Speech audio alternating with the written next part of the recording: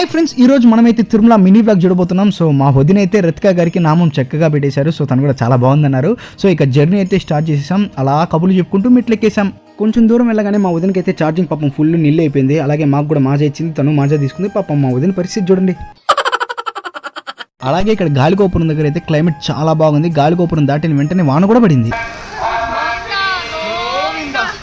హనుమాన్కి hi చెప్పి బాగా మొక్కున్నాం. దారి మధ్యలో అయితే మ్యాగీ నూడిల్స్ వేడివేడిగా స్పైసీగా బాగుంది, చాలా బాగా తిన్నాము. అదిగో అతనే మ్యాగీ చేసిన మాస్టర్. అలాగే అక్కగారులను కూడా బాగా దర్శించుకున్నాం. అక్కడ చూశారు కదా ఖాళీగా ఉంది. మెయిన్ ఏంటంటే అది పులిలు తిరిగే ప్లేసు, ఎవ్వరు లేరు.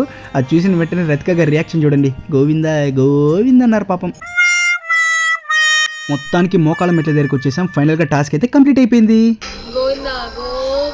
సో ఎక్కింది కొండ పైనకి వచ్చేసాము. నడక అలా ముగిసింది. గోవింద గోవింద.